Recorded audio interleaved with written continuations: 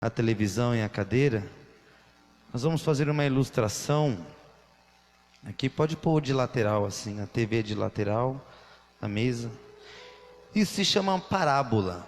Jesus contou mais de 40. Faz a gente ter uma facilidade maior de compreender o que a palavra do Senhor diz. E nós vamos usar uma parábola. Isso, pode deixar. Isso. Deus abençoe, meus queridos. Amém. Não precisa abrir ainda.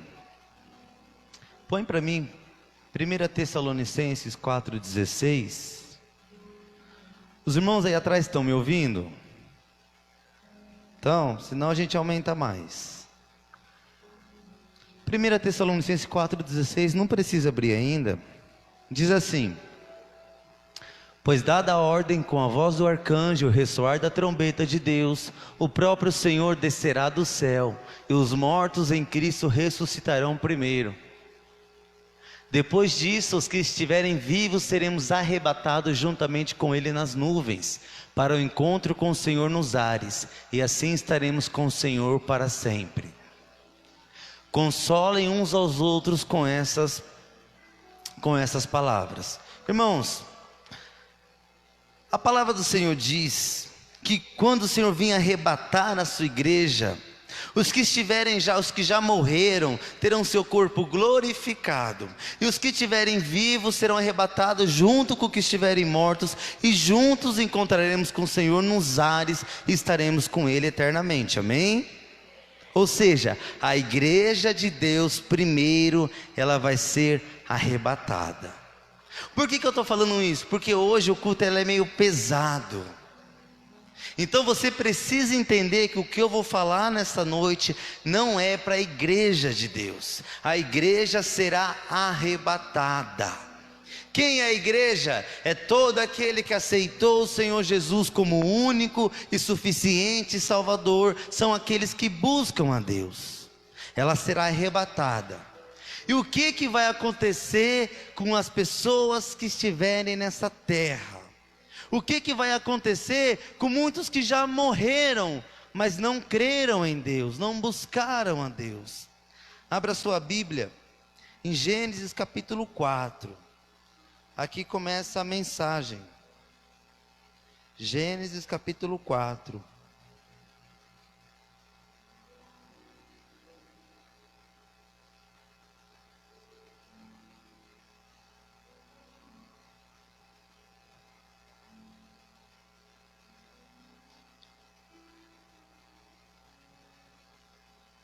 Gênesis capítulo 4. Irmãos, um dos atributos do caráter de Deus é justiça. Deus, Ele é um juiz justo. Ele precisa aplicar uma justiça, porque está no seu caráter. Aí olha o que diz Gênesis 4:8. Diz assim, Gênesis 4:8. Disse, porém, Caim a seu irmão Abel: vamos para o campo. Quando estavam lá, Caim atacou seu irmão Abel e o matou. Então o Senhor perguntou a Caim: onde está o seu irmão Abel? Respondeu ele: não sei, sou eu responsável pelo meu irmão? Disse o Senhor: o que foi que você fez? Escute, da terra o sangue do seu irmão está clamando. Irmãos, nós conhecemos a história. Caim mata Abel. Quando Deus, o santo juiz, chega até Caim e fala: o que você fez? Cadê o seu irmão? Ele fala: eu lacei do meu irmão. Primeiro, isso já mostra uma falta de reverência, uma falta de temor e uma mentira, porque ele sabia onde estava o seu irmão, ele sabia o que ele fez com o seu irmão. O juiz chega até ele e fala: cadê o seu irmão? Ele chega diante do juiz e fala: eu lacei, eu sou responsável do meu irmão. Deus, juiz. Aí o Deus fala assim: o sangue de Abel está clamando por justiça. Por quê? Porque Abel, ele foi morto inocentemente. Ou seja, Deus precisa aplicar sua justiça contra Abel. Aliás, contra Caim, porque matou Abel. É injusto, mas Deus é justo. Então olha o que vai acontecer. Lucas capítulo 11, verso 50. Coloca aí para mim. Vamos acompanhar só aqui, porque eu acho que não vai dar tempo da gente. Diz assim: pelo que essa geração será considerada responsável pelo sangue de todos os profetas, derramado desde o princípio do mundo, desde o sangue de Abel até o sangue de Zacarias, que foi morto entre o altar e o santuário. Sim, eu lhe digo, essa geração será considerada responsável por tudo isso. Ou seja, o Senhor está falando que desde Abel, o sangue dele está clamando por justiça. A Bíblia diz que o sangue fala, o sangue é vida. E estão clamando por justiça. Abel está clamando na sua morte, mesmo ele estando no paraíso, ele está clamando: justiça, justiça, o que Caim fez comigo, justiça. Aí Deus fala que a geração de Caim, quem que é a geração de Caim, Abel? Somos nós. Elas serão culpadas pelo que Caim fez. Por quê? Porque ou você é um Caim, ou você é um Abel. Ou você é aquele que matou, ou você é aquele Abel que buscou e serviu ao Senhor e se tornou justo. Olha o que diz Hebreus capítulo 11, verso 4. Hebreus 11, 4. Pela fé, Abel ofereceu a Deus um sacrifício superior ao de Caim. Pela fé ele foi reconhecido como justo, quando Deus aprovou as suas ofertas. Embora esteja morto, por meio da fé, ele ainda fala. É o que eu falo, Abel está clamando justiça. Aí o Senhor fala que a justiça de Deus cairá na geração de Caim. Por isso que nós precisamos ser um Abel. A Bíblia diz que Abel era um justo. Por que justo? Por causa da sua fé acompanhada de obras. A gente precisa entender, irmãos, que ou a gente é Caim ou a gente é Abel. Ou a gente é aquele que mata, ou a gente é aquele que busca Deus. E há um problema com a geração de Abel, com a geração de Caim, porque essa geração sofrerá a ira de Deus. Mas aquele que é como Abel, que buscava a Deus, que as suas obras foi acompanhado da sua fé e é justo. O que nós precisamos entender é: ou a gente é justo ou a gente é injusto. Ou a gente é salvo ou a gente é perdido. Ou a gente é filho ou a gente não é filho. Ou a gente é luz ou a gente é trevas. Ou a gente é Caim ou a gente é Abel.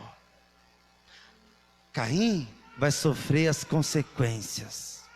Abel será salvo, foi salvo. Aí olha o que diz Colossenses 3, 4.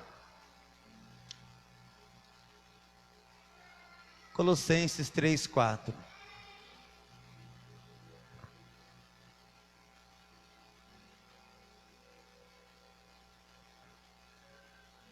Quando Cristo, que é a sua vida, for manifestado, então vocês também serão manifestados com Ele em glória. Assim façam morrer tudo que pertence à natureza terrena de vocês: imoralidade sexual, impureza, paixão, desejos maus e a ganância, que é a idolatria. É por causa dessas coisas que vem a ira de Deus sobre os que vivem na desobediência, as quais vocês praticaram no passado, quando costumavam viver nelas. Mas agora abandonem todas essas coisas: ira, indignação, maldade, maledicência, linguagem indecente no falar. Não mintam uns aos outros, visto que vocês já se despiram do velho homem com suas práticas. 10. E se revestirem do novo, o qual está sendo renovado em conhecimento à imagem do seu Criador. Pode deixar o 10 aí. Aí o Senhor fala por que Ele vai derramar sua ira. Por que que Ele vai derramar a sua justiça?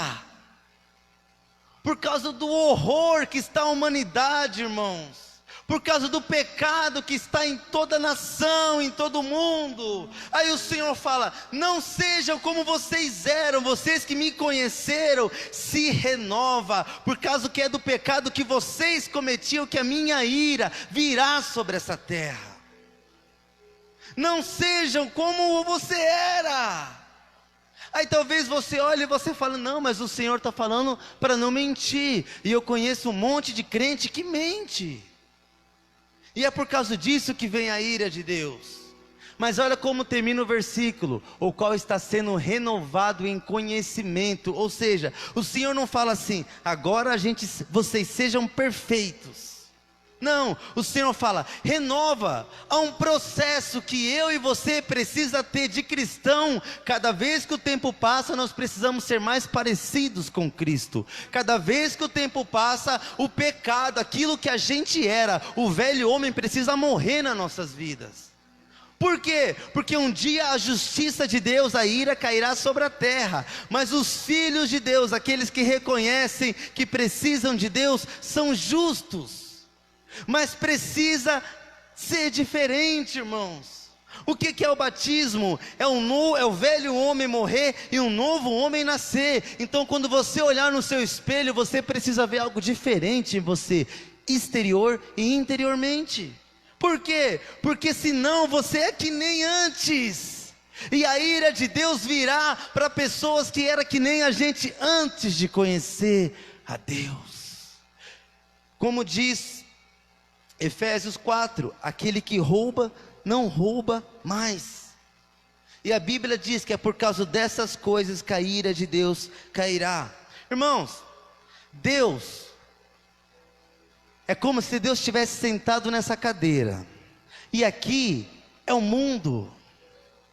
Aí você imagina, quando Deus vê um assassinato, quando Deus vê um estupro, quando Deus vê alguém passando fome, quando Deus vê alguém necessitado, quando Deus vê um político roubando, e Deus está vendo tudo. Mas não é justo essas pessoas estarem fazendo isso e não ser punidas. Não é justo Caim não ser punido. E o Senhor está sentado e está vendo tudo. Irmãos, quando a gente assiste jornal, a gente se revolta. Tem um quadro do Fantástico que diz: cadê o dinheiro que estava aqui? Irmãos, eu fico revoltado, porque eles até mostram uma criança ou uma família que iria precisar daquela verba, e um político roubando o dinheiro que seria destinado àquela criança ou àquela família. Mas eu e você não pode fazer nada. Mas Deus está sentado no trono, está vendo tudo o que está acontecendo. Esses dias recentemente apareceu um homem que matou uma menina a facadas. Aí Deus está sentado no trono, está vendo uma criança sendo esfaqueada. Sabe o que significa isso, irmãos? A ira de Deus está aumentando, e um dia ela cairá sobre a geração de Caim, e as pessoas sofrerão.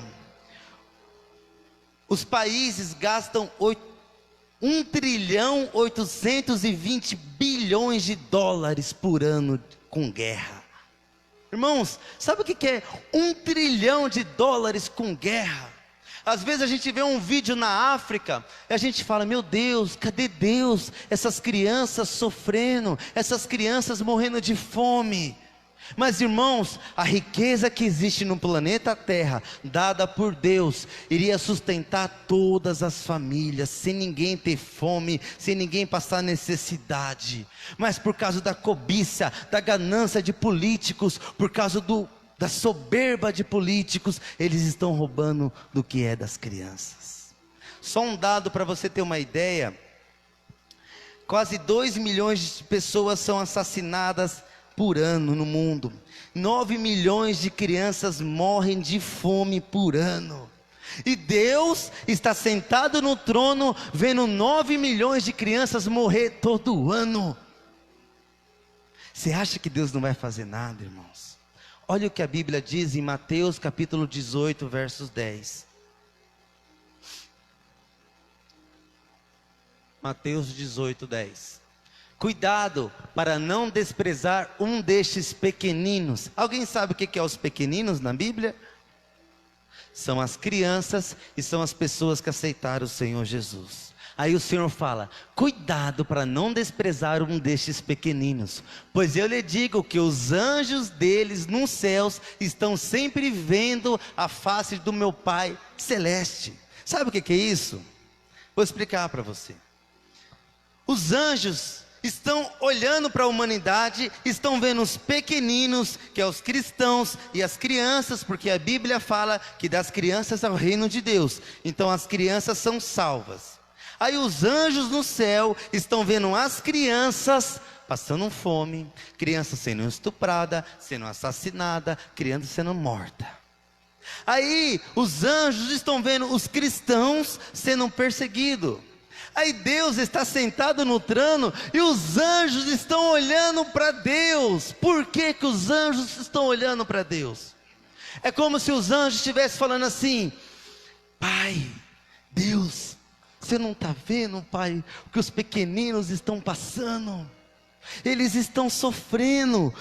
É como se os anjos estivessem falando: Deus, a gente não pode fazer nada, porque não tem, né, o Senhor não nos deu permissão, mas o Senhor não está vendo o que está acontecendo, Pai, porque os anjos estão revoltados com o sofrimento dos pequeninos do Senhor, que é a sua igreja. Para você ter uma ideia, o Coliseu em Roma cabe 80 mil pessoas. E sabe o que o imperador fazia na época? Durante 3 séculos, todo mundo que não se prostrava a ídolos, que não se prostrava ao imperador, ele colocava os cristãos no meio do Coliseu de Roma, enchia, né, o Coliseu com 80 mil pessoas toda semana, soltava os leões em cima dos cristãos. E os cristãos eram mortos. Aí Deus está sentado no trono, vendo os seus pequeninos sendo mortos por pessoas. Põe só um trecho do vídeo, eu não vou passar inteiro porque é muito pesado.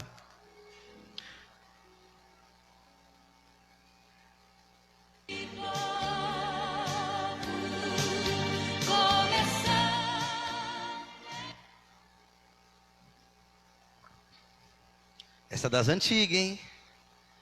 Isso aí não estava no dilúvio, mas pisaram na lama que esse hino.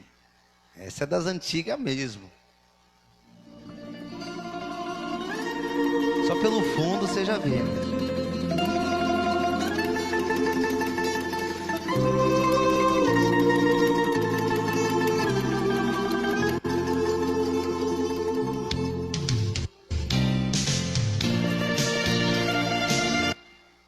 Vai sair, irmãos.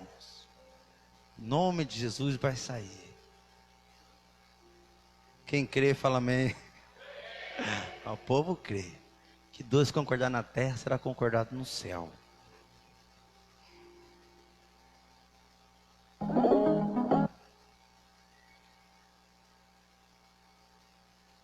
Aumenta a fé de vocês aí, irmãos.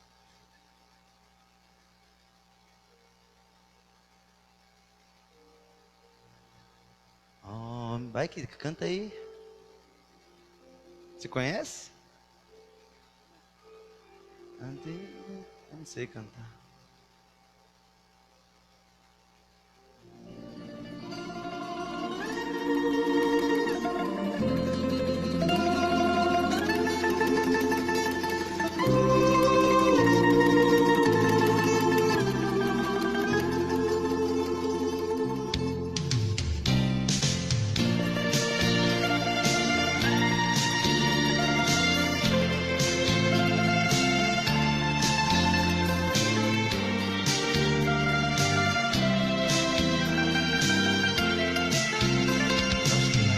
Sempre vou lembrar da coragem, do amor, da firmeza e vontade, da fé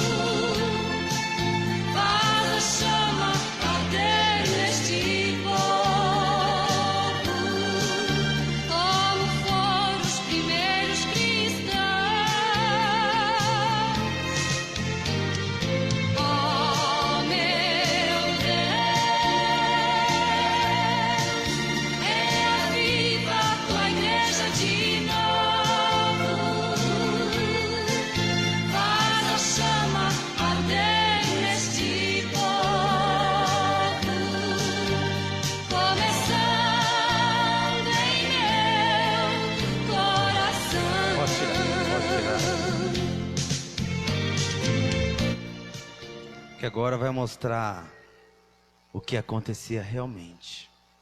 Durante 3 séculos, milhares, eu estou falando milhares, não é centenas, é milhares de cristãos foram mortos, atacados por feras.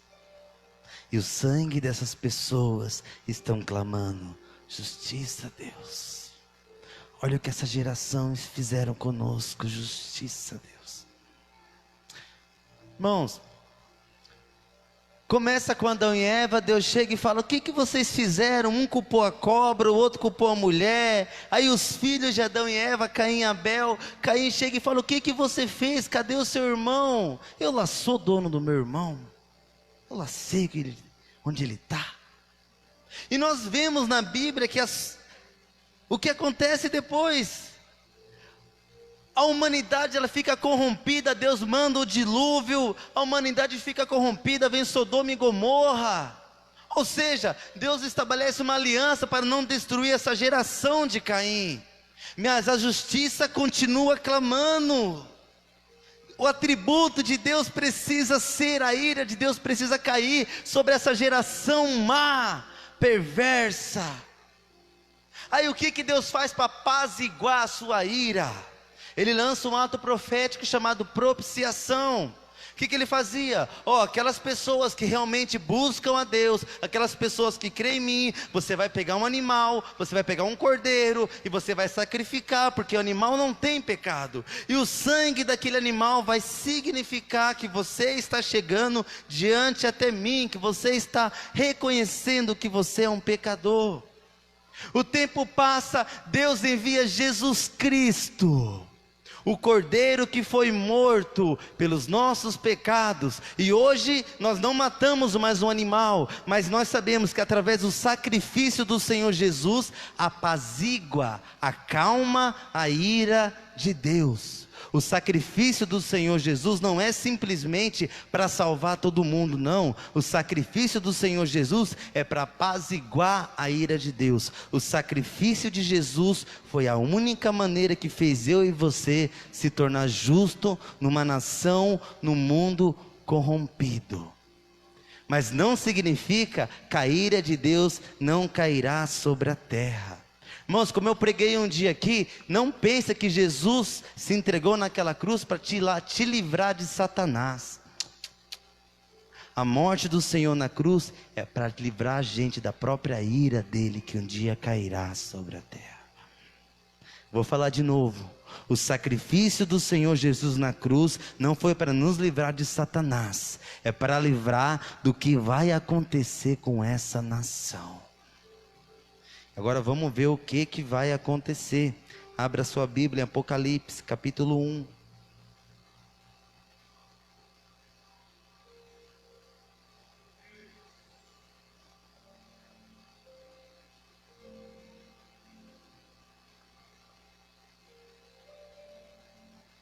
Apocalipse, capítulo 1, verso 1, diz assim: revelação de quem? Revelação de Jesus Cristo, que Deus lhe deu para mostrar aos seus servos o que em breve há de acontecer. Ele enviou o seu anjo para torná-lo conhecido ao seu servo João, que dá testemunho de tudo o que viu, isto é, a palavra de Deus e o testemunho de Jesus Cristo. Feliz é aquele que lê as palavras dessa profecia, e feliz é aquele que ouve e guarda o que nela está escrito, porque o tempo está próximo. Então primeiro Jesus vem, vai arrebatar a sua igreja, como nós lemos em 1 Tessalonicenses. Aí Jesus revela o que vai acontecer com a humanidade. Aí Jesus está falando: feliz é aquele que lê essas palavras. Você leu? Amém. Aí o Senhor continua: não é só ler as palavras, e ouve e guarda. Feliz é aquele que lê, ouve e guarda. Por quê? Porque você que lê, ouve e guarda não vai passar pelo que vai acontecer. Agora a pergunta é: o que vai acontecer? Vamos ver. Vai lá no capítulo 15. Capítulo 15, verso 1. Diz assim, Apocalipse 15:1. Esperar você abrir. Os 7 anjos e as 7 pragas. Vi no céu outro sinal grande e maravilhoso. 7 anjos com as 7 últimas pragas, pois com elas se completa a... Vi algo semelhante a um mar de vidro misturado com fogo, e em pé junto ao mar os que tinham vencido a besta, a sua imagem e o número do seu nome. Eles seguravam harpas que lhe haviam sido dadas por Deus, e cantavam o cântico de Moisés. Grande e maravilhosas são as tuas obras, Senhor Deus Todo-Poderoso. Justo e verdadeiro são os teus caminhos, ó Rei das nações. Quem não te temerá, ó Senhor? Quem não glorificará o teu nome? Pois só o Senhor é santo. Todas as nações virão à tua presença e te adorarão, pois os teus atos de justiça se tornaram manifestos. Então vamos explicar. Jesus Cristo vem, arrebata a sua igreja, vai passar por um tempo de tribulação muito grande. As pessoas serão obrigadas a ter a marca do anticristo na sua testa ou na sua mão. Aquelas pessoas que não aceitarem a marca do anticristo, elas serão mortas como mártires. E essas pessoas mortas, elas, como a Bíblia diz, que é como um mar de vidro. Sabe o que significa o mar de vidro? É como um oceano cristalino. Sabe a revelação de Jesus? Pessoas que serão perseguidas e não aceitarão a marca da besta, serão milhões de pessoas que Deus entregará uma harpa na vida delas, e milhões de pessoas declarando: o Senhor é justo, ó Rei das nações. Quem não temerá o Senhor? Quem não glorificará o seu nome? Milhões de pessoas que não se dobraram à imagem do anticristo, à imagem da besta, adorando ao Senhor. Olha a visão, a revelação que o Senhor está dando à igreja. O negócio continua. Verso 5. Depois disso, olhei e vi que se abriu nos céus o santuário, o tabernáculo da aliança. Saíram do santuário 7 anjos com as 7 pragas. Elas estavam vestidas de linho puro e resplandecente, e tinham um cinturão de ouro ao redor do peito. Um dos 4 seres viventes deu aos 7 anjos 7 taças de ouro cheias da... que vive para todo sempre. O santuário ficou cheio da fumaça, da glória de Deus e do seu poder, e ninguém podia entrar no santuário enquanto não se completasse as 7 pragas dos 7 anjos. Irmãos, o que é isso aqui? Sabe o que Jesus está fazendo no céu? A Bíblia fala o que Jesus está fazendo no céu. Coloca para mim, Ricardo, Romanos 8:26.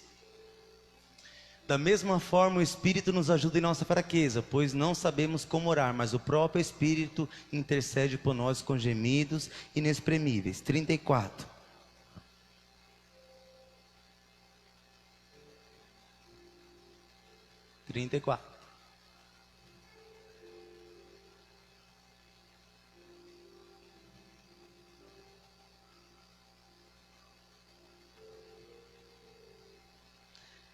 Quem os condenará foi Cristo Jesus, que morreu e mais que ressuscitou, está à direita de Deus, e também... O que Jesus está fazendo? Intercedendo. Para quê? Para a gente aceitar o Senhor Jesus. Aí o que vai acontecer em Apocalipse? O santuário vai se encher de fumaça. Deus vai levantar do seu trono, vai desligar a TV, vai chegar até o santuário, vai chegar até Jesus e vai falar: filho, está na hora, cerra a intercessão. E o que diz no último versículo, versículo 8? O santuário ficou cheio da fumaça da glória de Deus e do seu poder, e ninguém podia entrar no santuário enquanto não se completasse as 7 pragas dos 7 anjos. Sabe o que é essa visão, irmãos? Deus chega até o santuário, Jesus está intercedendo, Jesus encerra a intercessão. Porque quando o Senhor vem arrebatar a igreja dele, o Espírito Santo não estará mais na terra, mas Jesus continuou intercedendo para que aqueles não acertassem a marca. Deus desligou a TV, levantou do seu trono, falou: filho, acabou. Chegou a hora da minha ira, da minha justiça cair sobre a terra. Qual que é a visão? 7 anjos, cada um segurando uma taça, e essa taça representa a ira de Deus. Vamos fazer uma ilustração aqui? Pode vir aqui. Uma visão que João teve, que Jesus Cristo deu a João. Pode trazer.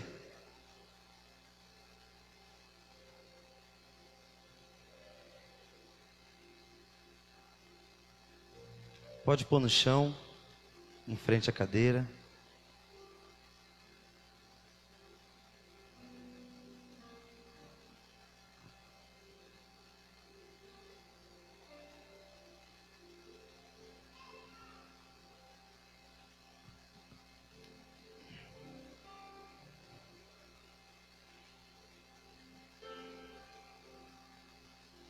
Durante milhões de anos, desde o sangue de Abel, o Senhor, Ele senta no trono, e a maldade da humanidade vai pingando sobre o cálice da ira de Deus, a justiça de Deus. Deus está assistindo tudo que está acontecendo. Chegará um momento onde Ele levantará, o cálice está cheio da justiça e da ira de Deus. E qual que é a visão de João? 7 anjos saem do santuário onde o Senhor Jesus estava intercedendo, e esses 7 anjos, eles pegam aquelas taças e começam a derramar sobre a terra. Durante milhões de anos, a ira de Deus foi se enchendo.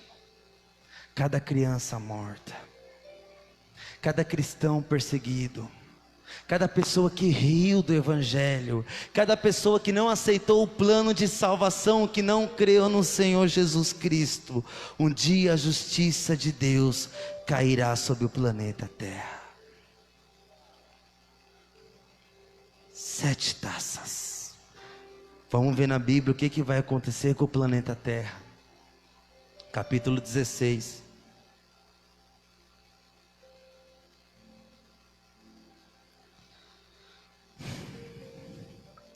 Diz assim: então ouvi uma forte voz que vinha do santuário e dizia aos 7 anjos: vão derramar sobre a terra as 7 taças da minha ira. O primeiro anjo foi e derramou sua taça pela terra, e abriram-se feridas malignas e dolorosas naquele que tinha a marca da besta e adoravam a sua imagem. O segundo anjo derramou sua taça no mar, e esse se transformou em sangue como de um morto, e morreu toda criatura que vivia no mar. Irmãos do céu,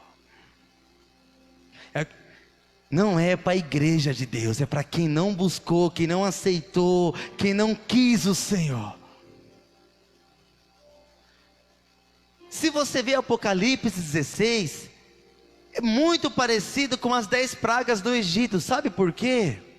Porque quando você vê uma coisa dessa, você não consegue imaginar muito bem. Mas o Senhor já colocou as pragas do Egito para o Senhor mostrar que vai acontecer, porque já aconteceu um pequeno sinal. A Bíblia diz que as águas se transformarão em sangue, que as pessoas terão feridas. Olha o que diz o verso 4. O terceiro anjo derramou sua taça nos rios e nas fontes, e elas se transformaram em sangue. 5. Então ouviu o anjo que tem autoridade sobre as águas dizer: tu és justo. Irmãos, a partir do momento que a ira, a justiça de Deus, os anjos começam a sentir o prazer, porque a justiça de Deus está caindo, e o anjo fala: tu és justo, tu, ó santo que eras, porque julgastes estas coisas. É como se os anjos falassem: Senhor, agora a sua justiça está sendo selada sobre a terra. O Senhor é justo. Verso 6. Pois eles derramaram o sangue dos teus santos e dos teus profetas, e tu lhe deste sangue para beber como eles merecem. Qual que é a praga? As águas se transformarão em sangue. Por quê? Porque o sangue de milhões de crianças, o sangue de milhões de mártires foram derramados. E como a água só vai ter sangue, as pessoas vão chegar ao ponto de beber o próprio sangue, de sede. Verso 7. Eu vi o altar responder: sim, Senhor Deus Todo-Poderoso, verdadeiro e justo são os teus juízos. O que é o altar responder? É um mar de vidro. A partir do momento, irmãos, que a justiça de Deus começa a cair sobre a terra, os anjos começam a clamar: tu és justo, tu és santo, tu és justo, tu és justo, tu és justo. E aquelas pessoas que foram perseguidas, que não aceitaram a marca da besta, começarão a dizer: tu és santo, tu és justo, tu és justo. E se você pensa que as pessoas estarão aqui na terra dizendo: Senhor, tem misericórdia de mim, Senhor, me ajuda, eu me arrependo dos meus pecados. Não, porque o Espírito Santo não está mais na terra, e Jesus não está mais intercedendo no céu. E olha o que as pessoas dirão. Verso 8. O quarto anjo derramou a sua taça no sol, e foi dado poder ao sol para queimar os homens com fogo. Estes foram queimados pelo forte calor e amaldiçoaram o nome de Deus, que tem domínio sobre estas pragas. Contudo recusaram arrepender-se e a glorificá-lo. O sol vai começar a queimar a humanidade, igreja. E as pessoas não vão falar: Senhor, não, tem misericórdia. Não, irmãos, porque hoje o Espírito Santo está na terra, e Jesus está intercedendo em favor da humanidade para aceitar Ele. Mas quando a justiça de Deus cair, não tem intercessão. Então as pessoas não conseguirão chegar e falar: Senhor, eu me arrependo. Será somente a sua natureza pecaminosa. E o texto continua, verso 10. O quinto anjo derramou sua taça sobre o trono da besta, cujo reino ficou em trevas. De tanta agonia os homens mordiam a própria língua. 11. E blasfemavam contra Deus nos céus por causa das suas dores, das suas feridas. Contudo recusaram arrepender-se das obras que haviam praticado. O sexto anjo derramou sua taça sobre o grande rio Eufrates, e secaram-se as suas águas, para que fosse preparado o caminho para os seis que vêm do Oriente. Quando você vê que uma ira de Deus derramar sobre o rio Eufrates, esse rio praticamente ele nem existe mais. Quando você vê lá em Daniel, o rei Ciro, para conquistar a Babilônia, a estratégia militar que ele usou foi secar o rio Eufrates. E o que o Senhor está falando aqui? Ele vai secar o rio Eufrates. E Ele está falando o Oriente e o Ocidente. Aonde que é o Oriente e o Ocidente? China, Japão, Coreia do Norte, Coreia do Sul. Os seis se ajuntarão. O rio Eufrates secar, os senos se ajuntarão contra Deus. A besta, o anticristo, Satanás, a humanidade se revoltando contra Deus, e vão querer lutar contra Deus. E olha o que a Bíblia diz. Então, verso 13. Então vi saírem da boca do dragão, e da boca da besta, e da boca do falso profeta, 3 espíritos imundos, semelhantes a rãs. São espíritos de demônios que realizam sinais miraculosos. Eles vão ao rei de todo o mundo, a fim de reuni-los para a batalha do grande dia do Deus Todo-Poderoso. Eis que venham como ladrão, feliz aquele que permanece vigilante e conserva consigo as suas vestes, para que não ande nu e não seja vista a sua vergonha. Da hora que Deus, Ele começa a aplicar a sua ira, e no meio Ele fala: gente, eu não quero isso para você. Feliz é aquele que mantém a sua veste branca, limpa. E continua, 16. Então os 3 espíritos se uniram no lugar em hebraico que é chamado Armagedon, Vão querer lutar contra Deus. O sétimo anjo derramou a sua taça no ar, e do santuário saiu uma forte voz que vinha do trono dizendo: as 7 taças. A 7ª taça, o Senhor derrama, e o próprio Deus fala: está feito. Acabou. E o que vai acontecer? 18. Houve então relâmpagos, vozes, trovões e um forte terremoto. Nunca havia ocorrido um terremoto tão forte como esse desde que o homem existe sobre a terra. A grande cidade foi dividida em 3 partes, e as cidades das nações se desmoronaram. Deus lembrou-se da grande Babilônia e lhe deu o cálice do furor da sua ira. Todas as ilhas fugiram e as montanhas desapareceram. Caíram sobre os homens, vinda do céu, enormes pedras de granizo, de cerca de 35 quilos cada. Eles blasfemaram contra Deus por causa do granizo, pois a praga fora terrível. Irmãos, não é eu, não é teoria da casa da bênção, não é teoria dos crentes. Se você vê uma Bíblia católica, está isso. Se você vê uma Bíblia do Testemunho de Jeová, está isso. E Deus fala: eu vou mostrar para vocês o que eu vou fazer. Não estejam lá, porque isso não é para vocês. Mas um dia eu preciso derramar a minha santa justiça, porque o sangue de milhões de inocentes estão clamando por justiça. A 7ª taça foi derramada. A terra será destruída. E nos próximos capítulos o Senhor fala: vou criar novos céus e uma nova terra. Mas isso vai acontecer, igreja.